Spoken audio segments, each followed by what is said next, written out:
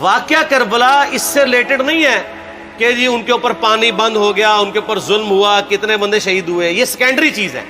اصل چیز ہے کربلا ہوئی کیوں نبی علیہ السلام کی محنت کو 50 سال کے اندر اس لیول تک پہنچا دیا گیا کہ ہزاروں صحابہ زندہ ہیں اور نبی صلی اللہ علیہ وآلہ وسلم کی پوری اولاد ذبح کر دی جاتی ہے. ہم تو یہ کہہ نہیں رہے کہ کیسے ذبح کیا انہوں نے، آری چلائی تھی یا تلوار چلائی تھی، یہ تو واقعہ کربلا تو سب کو پتہ ہے، ان کی شہادت بھی سب کو پتہ ہے. جامعہ ترمذی میں حدیث ہے حسن و حسین جنتی نوجوانوں کے سردار ہیں اور ان کی والدہ جو ہے وہ جنتی عورتوں کی سردار ہیں. اور المستدرک الحاکم میں حدیث ہے حسن و حسین جنتی نوجوانوں کے سردار ہیں اور ان کے والد ان سے بھی بہتر ہیں. تو یہ تو ڈیفینٹ حدیثیں ہیں، یہ تاریخ تو نہیں ہے، نبی علیہ السلام کے فرامین ہیں. تو ان کی موجودگی میں ان کے ساتھ یہ کچھ کیا جائے تو ہم نٹی گریٹیز میں نہیں پڑھتے، ہم اس تھیم کے اوپر کہ یہ کون سی چیز تھی جس نے خلافت راشدہ کو ملوکیت میں بدل دیا، ہم اس تھیم کے اوپر بات کرتے ہیں. ہم کہتے ہیں چھوڑ دیں، بندے ہندے چھوڑیں. الٹیمیٹلی کیا نکلا ہے، کس کی وجہ سے ہوا ہے، وہ تو احادیث کی کتابوں میں موجود ہے. ہم کب کہہ رہے ہیں خفیہ کیمرے لگا گئے جی کس نے گولی پہلا تیر کس نے چلایا، یہ وہ ہم تو بتا رہے کس کے دور حکومت میں ہوا اور ان کا اپنا کردار کیا تھا، اس کو کس طریقے سے لا کے تخت پہ بٹھایا گیا. وہ ساری کی ساری چیزیں تو سامنے ہیں، وہ تاریخ کی کتابیں نہیں ہیں، حدیث کی کتابیں ہیں. اگر آپ کہتے ہیں کہ بخاری مسلم سے ہم نے صرف رفع الیدین کی حدیثیں لینی ہیں یا ایمانیات کی حدیثیں لینی ہیں اور باقی جو بخاری اور مسلم میں آل امیہ کی بدماشیوں کو ننگا کیا گیا ہے وہ ہم نے نہیں لینی ہے، تو سر پھر آپ اپنے آپ کو کلیئر کٹ، پھر ہم آپ سے واقعہ کربلا نہیں ڈسکس کریں گے، حجیت حدیث پہ بات کریں گے. آپ کو اپنے آپ کو منکرین حدیث کہنا پڑے گا. یہ آپ اسکروٹنگ کیسے کریں گے؟ اس سے بڑی بات مجھے یہ بتائیں کہ عظمت صحابہ بڑی چیز ہے یا عظمت محمد رسول اللہ صلی اللہ علیہ وآلہ وسلم؟ تو بریلوی یہی تو رونا رو رہے ہیں، وہ کہہ رہے ہیں کہ قرآن میں تھوڑی آیات ہیں. آپ پھر مڑ مڑ کے پڑھتے ہیں قل انما انا بشر مثلکم، اس میں تو نبی علیہ السلام کی تنقیص ہو رہی ہے. تو ہم ان کو کیا کہتے ہیں کہ تنقیص مقصد نہیں، نعوذ باللہ، نہ ہو رہی ہے. آپ افضل البشر ہیں لیکن آپ کی سپیشیز بشر ہے، یہ ہم اپنا عقیدہ سمجھتے ہیں، وہ اس کو تنقیص شمار کرتے ہیں. تو پھر اس وقت آپ بھی بریلویوں کی بات مان کے تو یہ آیات پڑھنا چھوڑ دیا کریں. آپ کہتے ہیں نہیں آیات ہے کیوں نہ بیان کریں، تو ہم بھی کہتے ہیں احادیث ہے کیوں نہ بیان کریں. کہ صحیح بخاری میں حدیث ہے 2812 عمار کو ایک باغی جماعت قتل کرے گی، وہ جماعت دوزخ کی طرف بلا رہی ہوگی اور عمار ان کو اللہ اور جنت کی طرف بلا رہا ہوگا. اب اس کے نرغے میں جو آتا ہے وہ آئے، میں اپنے نبی سے ٹکر لے لوں آپ لوگوں کے منہ کا خیال رکھتے ہوئے کہ میں نبی علیہ السلام کو کہوں کہ آپ نے کیوں ایسی بات کر دی کہ مولا علی کے مخالفین کو آپ نے دوزخ کی طرف بلانے والی جماعت کہہ دیا. تو لیں آپ ٹکر، جائیں سیدھا دوزخ میں. اور تھوڑی جرت کریں، آپ یہ کہا کریں کہ اے اللہ، اپنے لیے کہا کریں کہ اللہ تعالیٰ آپ کا حشر یزید اور یزید کے آباء و اجداد کے ساتھ کرے اور اس کی اولاد کے ساتھ. ہم کہتے ہیں کہ اللہ تعالیٰ ہمارا حشر جو ہے وہ مولا حسن حسین، مولا علی علیہم السلام اجمعین اور اہل بیت کے ساتھ کرے، آمین. اور آپ میں تو اتنی جرت نہیں آپ یہ بات بھی کر سکیں کیونکہ ان کو پتہ ہے. تو نبی علیہ السلام کی احادیث کو بیان کرنے کو یہ سمجھتے ہیں کہ جی اس سے مصیبت کھڑی ہو جائے گی، تو اپنے آپ کو منکرین حدیث ڈکلیئر کریں. پھر حجیت حدیث کا مقدمہ ڈسکس ہوگا، پھر کربلا نہیں ڈسکس ہوگی. اور یہ ٹی وی پہ بھی آ کے مولوی بیٹھے ہوتے ہیں، سنیوں کے بھی شیعوں کے بھی، مڑ مڑ کے جی وہ یزید نے یہ کر دیا. وہ یزید نے کیا کیا ہے یار؟ وہ تو سسٹم کا نمائندہ بن کے آیا جو پیچھے سے خراب تھا. یزید کو لے کے بیٹھے ہیں، یزید یزید یزید یزید. بھائی پیچھے سے معاملہ خراب ہوا. اگر نہیں یقین آتا تو یہ بخاری مسلم کی میں نے آلموسٹ 200 سے زیادہ احادیث مین اسٹریم کی کتابوں سے اکثر بخاری مسلم سے جمع کیے، پڑھے. اور سر میں نے تو ان کو چیلنج دیا ہے یہ حدیثیں پڑھ کے نا اپنے ممبروں سے صرف ان حدیثوں کی تشریح اپنی پبلک کے سامنے کر دیں.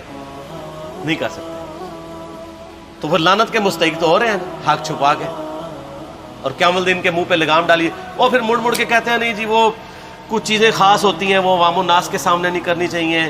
وہ صحابہ کرام بھی بعض کا ایسی باتیں پبلکلی نہیں کرتے تھے. میں نے اس کے اوپر بڑا ایک میرا کلپ ہے یوٹیوب پہ، مولا علی سے متعلق 5 جھوٹ، تو میں نے کافی ساری چیزیں اس میں ڈسکس کی ہیں. لیکن میں یہ کہتا ہوں کہ اللہ کے بندو، جو چیزیں نبی علیہ السلام نے منع کی ہیں بیان کرنے سے وہ تو ہم ڈسکس کر بھی نہیں رہے. میں نے آج تک آپ کو منافقین کے نام بتائے؟ آپ نے حذیفہ ابن یمان کو بتائے تھے نا آپ صلی اللہ علیہ وآلہ وسلم نے؟ صحیح بخاری میں آتا ہے. تو میں نے آپ کو بتائے، آپ رازدار رسول تھے، وہ ختم ہوگی بات. میں نے کبھی ڈسکس کی ہے؟ اگرچہ میں نے صحیح مسلم کی حدیث 7035 نمبر ڈسکس کی ہے کہ نبی علیہ السلام نے فرمایا میرے صحابہ میں 12 منافق ہیں، وہ کبھی بھی جنت میں داخل نہیں ہوں گے یہاں تک کہ سوئی کی ناکے سے اونٹ نہ گزر جائے، اور ان میں سے 8 ایسا ہے جس کی کمر پہ دوبیلا پھوڑا نکلے گا. میں نے آج تک آپ کو بتایا کہ کس کس کی کمر پہ دوبیلا پھوڑا نکلا اور اس کی موت اسی پھوڑے میں ہوئی ہے؟ بتایا؟ تو میں تو وہ چیزیں ڈسکس بھی نہیں کر رہا، میں وہ چیزیں ڈسکس کر رہا ہوں جو نبی علیہ السلام نے علامات النبوہ میں بتائی ہیں. یہ امام بخاری حدیث نبوت کی دلیل کے چیپٹر میں لے کے آئے ہیں، اور امام بہقی نے 3500 احادیث پر مشتمل ایک کتاب لکھی ہے دلائل النبوہ، کہ ہم نبی صلی اللہ علیہ وسلم کو نبی کیوں مانتے ہیں، اس کے اوپر. اور اس میں یہ ساری حدیثیں عمار بن یاسر کے قتل والی لے کے آئے ہیں، بتانے کے لیے کہ دیکھیں ہمارے نبی علیہ السلام کی نبوت کی دلیل ہے کہ آپ نے اپنی وفات کے آلموسٹ 30 سال کے بعد ہونے والے واقعے کو پہلے ہی بتا دیا. یہ حدیثیں چھپانے والی نہیں، بیان کرنے والی ہیں، علامات النبوہ کی حدیثیں ہیں. آپ کہتے ہیں چھپائیں. اگر کوئی حدیث دنیا میں نہیں چھپائی جا سکتی نا تو علامات النبوہ والی حدیث ہے، کیونکہ وہ تو نبی صلی اللہ علیہ وسلم کی نبوت کو جسٹیفائی کرتی ہے. ورنہ میرا ایک معصومانہ سوال ہے کہ نبی صلی اللہ علیہ وسلم نے یہ باتیں کر کے ان کے زوم میں نعوذ باللہ امت کو مصیبت میں ڈال دیا. آپ نے خود ہی فرمایا کہ یہ ہوگا. کیوں فرمایا آپ نے؟ میں تو بیان کر کے مجرم ہوں. تو جس نے مجھے خبر دی ہے ان کے بارے میں آپ کا کیا خیال ہے؟ یہ مسند احمد کی حدیث یہ میں نے گھر بیٹھ کے بنائی ہے کہ میری بیوی کا کیا حال ہوگا جس پہ خوف کے کتے بھونکیں گے. تو سیدہ عائشہ سے مجھ سے زیادہ نبی علیہ السلام کو محبت تھی، لیکن آپ اللہ کے پیغمبر تھے، آپ نے اپنے گھر کی خبر بھی نہیں چھپائی، بتا دی کہ یہ ہوگا. اور اس سے بڑھ کے آپ صحیح بخاری میں دیکھیں عمار بن یاسر کا خطبہ ہے. میں نے یہ سارا، پریشان نہیں ہونا، یہ ریسرچ پیپر میں سارا کچھ موجود ہے، اور کوئی چیز بھی ایسی نہیں جو اس میں سکپ ہو. صحیح بخاری میں خطبہ ہے کہ عمار بن یاسر کو مولا علی نے بھیجا کوفے میں. کوفے والے نیوٹرل ہو گئے تھے کیونکہ بصرہ سے سیدہ عائشہ آ رہی تھیں، اور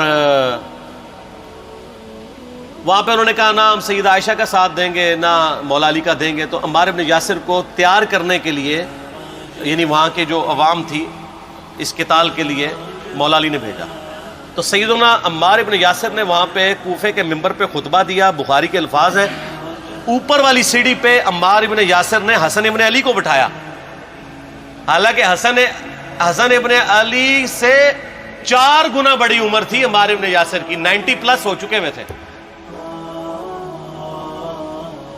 3-4 گنا ان کی عمر تھی، لیکن اہل بیت کا احترام کیا. خود نچلی سیڑھی پہ بیٹھے. بخاری کے الفاظ ہیں کہ اے لوگو اللہ نے تمہیں آزمایا ہے، ایک طرف دنیا اور آخرت میں تمہارے نبی کی بیوی ہے سیدہ عائشہ، دنیا اور آخرت میں، یعنی عزت اپنی جگہ قائم. یہاں لوگ سمجھتے ہیں کسی کی غلطی آ گئی تو پتہ نہیں کیا ہو گیا. وہ یار اس کا مرتبہ اپنی جگہ ہے، غلطی اپنی جگہ ہے، پیغمبر نہیں ہے وہ. اور دوسری طرف علی ابن ابی طالب ہے. اللہ اب دیکھے گا تم عائشہ کی اطاعت کرتے ہو یا اللہ کی. علی کی نہیں، اللہ کی. کیوں؟ یا ایھا الذین آمنوا اطیعوا اللہ واطیعوا الرسول واولی الامر منکم. ان کا اولو الامر مولا علی ہیں، ان کی اطاعت واجب ہے. یہ اللہ نے آزمایا ہے کہ اللہ کی اطاعت کرتے ہو یا عائشہ کی. اور آپ حیران ہوں گے یہ حدیث امام بخاری حضرت عائشہ کی فضیلت والے چیپٹر میں لے کے آئے ہیں. اگر امام بخاری مشورہ کر لیتے نا ناسبیوں سے تو انہوں نے کہا تھا سر آخری صحیح رکھو، پچھلے والا رہن دو، بلکہ پچھلے والا رکھو آخری والا رہن دو، کہ عائشہ دنیا اور آخرت میں. وہ حدیث گھٹنے کا میں آپ کو طریقہ بتاتا ہوں، کاٹ چھانٹ کرنے کا. وہ آدھی حدیثیں لکھتے ہیں نا، آدھی حدیث ایسے لکھتے ہیں امام بخاری کہ سیدہ عمار ابن یاسر نے خطبے کے دوران فرمایا کہ سیدہ عائشہ دنیا اور آخرت میں تمہارے نبی کی بیوی ہے، بس. لیکن امام بخاری نے پوری حدیث لی ہے، آگے وہ بھی ڈالا ہے کہ اللہ آزما رہا ہے کہ عائشہ کی اطاعت کرتے ہو یا اللہ کی، جیسے آپ کے علماء کر رہے ہیں۔ صحیح مسلم کی حدیث 6488 آدھی بیان کرتے ہیں سارے مولوی، بریلوی، دیوبندی، اہل حدیث سب، میرے صحابہ کو برا مت کہو، اگر تم میں سے کسی نے احد پہاڑ کے برابر بھی سونا خیرات کر دیا اور میرے صحابہ نے ایک مد یعنی 600 گرام خیرات کی، آدھا کلو، اس کے آدھے کو بھی نہیں پہنچ سکتا بس۔ حالانکہ یہ مسلم کی حدیث سٹارٹ اس سے ہوتی ہے کہ عبد الرحمن بن عوف کو خالد بن ولید نے گالیاں دی جھگڑے کے دوران، حالانکہ دونوں مسلمان تھے، دونوں صحابی تھے۔ آپ نے حضرت خالد بن ولید کو بلا کے ڈانٹا، فرمایا تم میرے صحابہ کو برا مت کہو۔ تو خالد بن ولید نے تو آگے سے نہیں کہا حضور میں بھی صحابی ہوں، ان کو پتا تھا کہ عبد الرحمن بن عوف نے اس وقت اسلام قبول کیا جب اسلام کا مطلب تھا مار، تکلیف اٹھانا، اور خالد بن ولید نے گولڈن پیریڈ میں صلح حدیبیہ کے بعد اسلام قبول کیا۔ میں اب تم لوگ یہ کر رہے ہو، تم لوگ اگر احد پہاڑ کے برابر بھی سونا خیرات کر دو، یعنی صلح حدیبیہ کے بعد والے لوگ میرے ان کے برابر نہیں ہو سکتے۔ اور جو فتح مکہ پہ معافی مانگ کے مسلمان ہوئے ہیں طلقاء، مؤلفۃ القلوب آل امیہ، ان کا تو لیول ہی کچھ نہیں ہے۔ یہاں تو خالد بن ولید کے بارے میں یہ بات کی جا رہی ہے، اور پھر وہ مؤلفۃ القلوب اپنے زمانے میں ممبروں پہ سب و شتم کروائیں سیدنا علی پر، تو سب سے پہلے تو ان کو کہنا چاہیے جن کے بارے میں حدیث تھی کہ تم صحابہ کو گالی مت دینا۔ ہم نے تو خیر کبھی دی بھی نہیں ہے۔ اور میں یہ آخری جملہ ان کو ایسا بولتا ہوں کہ جو ان کے دماغ تک ڈرل کر جائے گا کہ آل امیہ نے جو کچھ اپنے دور کے اندر سیدنا علی کی گستاخیاں کی ہیں نا، ہم نے تو ویسی کوئی ایک گستاخی بھی آل امیہ کے بارے میں نہیں کی ہے۔ میں نے آج تک آل امیہ کے اوپر بائی نیم کسی کے اوپر لعنت کی ہے؟ حالانکہ یہ مولا علی پہ کرتے رہے، یہ ہے لعنتی خود ہو گئے نا، جب مولا علی پہ لعنت کی تو لوٹ آئی۔ مسند ابی یعلا میں صحیح سند کے ساتھ حدیث موجود ہے، مسند احمد میں بھی موجود ہے کہ سیدنا علی کو جس نے گالی دی اس نے رسول اللہ کو گالی دی صلی اللہ علیہ وسلم۔ جب ام سلمہ نے کہا تھا، شیخ زبیر صاحب نے اس کو تحکیم میں صحیح لکھا ہوا ہے فوٹ نوٹ کے اوپر، کہ لوگوں تمہارے ممبروں پر رسول اللہ کو گالیاں دی جاتی ہیں، تو انہوں نے کہا معاذ اللہ، ہم کب کہیں گے، ایسا نہیں ہو سکتا۔ تو ام سلمہ نے کہا تم لوگ علی اور اس سے محبت کرنے والوں پہ گالی گلوچ نہیں کرتے ہو کیا؟ جبکہ میں نبی کی بیوی کہتی ہوں کہ سب سے زیادہ رسول اللہ سے محبت، سیدنا علی سے محبت نبی صلی اللہ علیہ وآلہ وسلم کرتے تھے۔ لہٰذا جب یہ تم کہتے ہو نا علی پر لعنت، علی سے محبت کرنے والوں پہ لعنت، تو یہ لعنت تو تم نبی علیہ السلام تک لے کے جا رہے ہو نعوذ باللہ، کیونکہ علی سے محبت کرنے والا پہلے نمبر پہ نبی صلی اللہ علیہ وآلہ وسلم ہے۔ اور پھر کہتے ہیں سب کا مطلب تنقید ہے، اور نہ پرانیاں گلاں، پرانے بابے، پرانے بزرگ، جھوٹے ہو۔ صحیح مسلم کھولو 6229 غدیر خم سے اگلی حدیث، لعن اللہ ابا التراب کے الفاظ ہیں، مٹی والے ابن ابی طالب پر لعنت، یہ الفاظ موجود ہے۔ سب کا ترجمہ لعنت ہی ہے، تنقید نہیں ہے۔ اچھا پھر میرا معصومانہ سوال ہے کہ اس کا مطلب ہے صحابہ پہ تنقید کرنا اچھا کام ہے؟ کہیں گے نہیں، تو بتاؤ یہ برا کام کون کرتا تھا؟ شیعہ کا ابا کون ہے؟ رافضیوں کا ابا کون ہے؟ آل امیہ۔ تو لہذا شیعہ نو میں کہنا کہ تسی شیخین کے اوپر بکواس اور تبرہ کرنے کی بجائے نا آپ لوگوں کو حقائق بتائیں کہ ٹوٹی کمند کہاں۔ یہ سب مجرمین آل امیہ ہے، اور یہ آل امیہ اور بنو ہاشم کی لڑائیاں نبی علیہ السلام کی بعثت سے پہلے چل رہی تھی، صدیوں سے چل رہی تھی۔ وہ تو پھر اللہ نے بنو ہاشم کو نبوت کے لیے چنا تو ان کو یہ پھر جیلسی ہضم نہیں ہوئی، وہ چیز آگے چلتی رہی۔ خیر چھوڑ دیں، ایک تلخ ٹاپک ہے۔ صلاۃ بر محمد و آل محمد، اللہم صلی علی محمد و علی آل محمد۔ ٹھیک ہو؟